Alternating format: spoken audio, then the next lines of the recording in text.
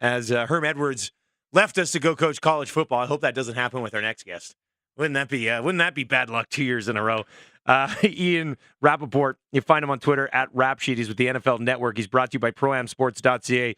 Pro-Am carries every NFL team's full-size helmet. Visit their Edmonton store on St. Albert Trail. Ian, welcome to the show. You don't have any coaching aspirations in college football, do you?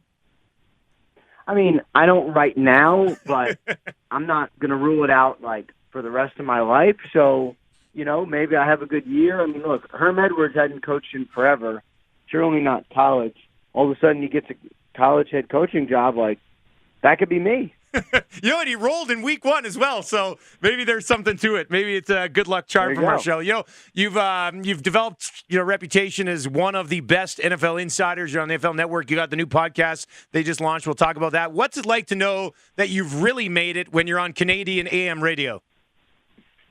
Yeah, I mean, I think as far as career goals, getting on Canadian AM radio was obviously something I set off early on, and something I've always kind of, it's like Tiger Woods grew up writing, the number of majors that Jack Nicklaus won on his bedroom wall. For me, it was about being on Canadian AM radio, and that's why I think this moment is so big for me, and something I think I'll always cherish forever. Ian Rapoport with us. He's our new NFL insider for the upcoming season.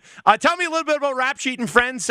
Just fired up. Bill Belichick, the first guest. How excited are you for that opportunity? Yeah, it was pretty cool. We taped it early in the week, dropped the podcast yesterday, and the whole experience was really fun, and it's something I've wanted for a long time. And NFL Network and Westwood One kind of made it happen, and wanted to come out of the gate strong. And it's tough to come out stronger than Bill Belichick. He was himself, but he was pretty funny. I told a really good Tom Brady golfing story, which I enjoyed. And it was just, it's basically going to be me and my buddies just talking about football. So I think that's for me. That's really all I want to do ever. I'm legitimately excited. I've never been in the podcast space before. Really, really excited about this. Do you sleep? Do you ever sleep? I saw you tweeting at 5:30 a.m. Eastern this morning. Yeah. I mean, I sleep. It's just, during the football season or during the off season, really any time except for between June and July. It's, I sleep with the phone on loud, and one of the weird things about my job is, for better or worse, people expect me to be up at all times. And so I get news, texts at all times. It just happens, It's just people kind of say, it's like in college, or when you're young and single, you get the text from someone you say, hey, you up? I get those texts all the time, except they're from sources. And the answer is always, yeah, what's going on? Oh yeah, I'm good. So, I can come over. Don't worry about it. I'm in. Yeah, let's do it. All right. And and one thing about my job is, if I don't put it out at some point, someone else will put it on later. So once you know it, you really got to just put it out there. So that's why news will come at random times. Obviously, a lot of news focusing around, or maybe a lack of news focusing around Le'Veon Bell. What do you think of his teammates absolutely tearing him apart yesterday? I was stunned. I was not expecting it. I cannot remember a situation like that. And, look, I mean, the Steelers locker room is kind of like the Ravens locker room used to be, where you have a lot of big-time guys who are outspoken, who have loud voices, and, sometimes they really speak their mind. I just, the expectation has always been for Le'Veon Bell to show up week 1. And that's what everybody thought. And that's what he said publicly on Twitter. That was always the plan, and then all of a sudden he didn't. I think his teammates were kind of like, wait, why didn't you tell us what's going on? So instead of talking to him, because he's clearly not talking to them, they talked to the public. And what we saw was a very, very rare, real moment where teammates are like, what's going on? We need our guy. It's time to play. And obviously right now it seems that Le'Veon Bell's not going to be on the field for the opener. We were kind of just spitballing in the last segment on the show, considering the way things have gone, and now you've got the teammates speaking out about it. I mean, is there any way that Bell has played his last game for the Steelers? Is there any way he never plays another game for the Steelers? No, I don't see that happening. And I'll tell you why. Because, he doesn't have to show up this year. Like, he's not under contract. He has not signed his contract. He doesn't have to show up. But then next year they could franchise him again at the same number. That's the problem. That's the downside. That's why Bell is going to show up and play for the Steelers this year. And it might be just for 10 games. He might, give up $7 million or $8 million.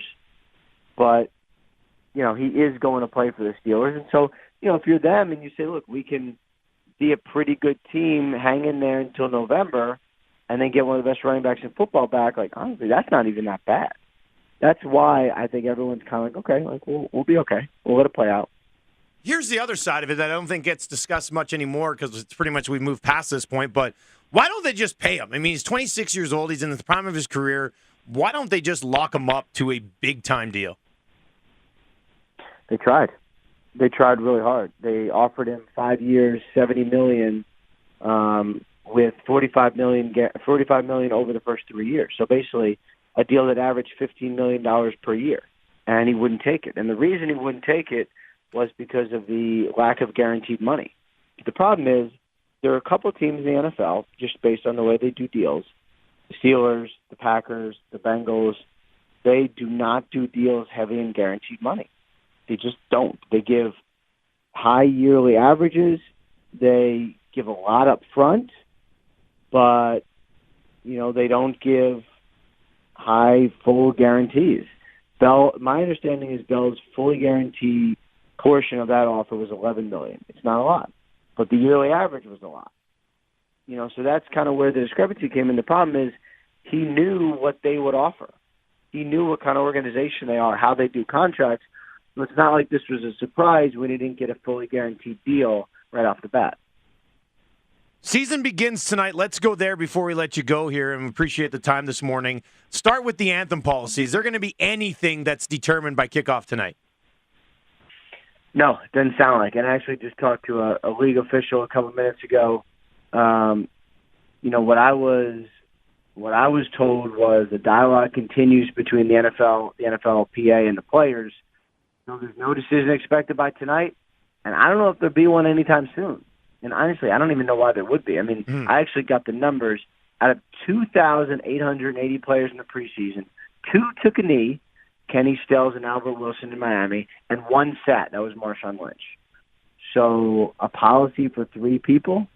I don't know. So you're saying they may just let it slide and think it goes away at this point? Yeah. Might not be the worst idea. It's actually not a horrible idea.